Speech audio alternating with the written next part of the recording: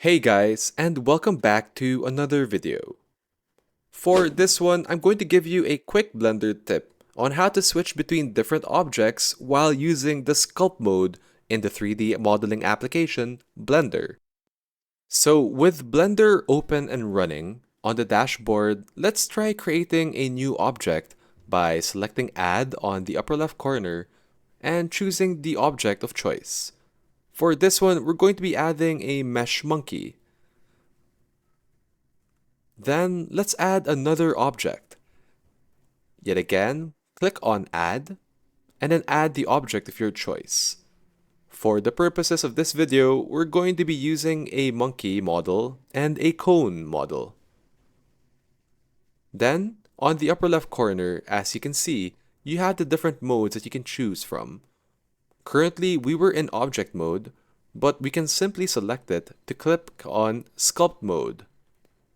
By clicking on Sculpt mode, what we can do is simply select on a part of the object, and we can slowly click and then drag our mouse to sculpt the object to our liking. This is a great and useful feature in case we want to finely tune our models to our liking. Think of using the mouse and the cursor as a hand, and you can use it to slowly mold the image to whatever you wish. Now, currently, we are sculpting the 3D model of a cone that we've added. If we wish to simply switch whatever we're editing, we can use the command Alt-Q to switch from sculpting the cone to the monkey model instead. By using the Alt-Q feature, we can quickly and seamlessly transition from sculpting one model to the next. This way, it makes it really easy and intuitive for us to model exact parts of the 3D rendering application that we're using.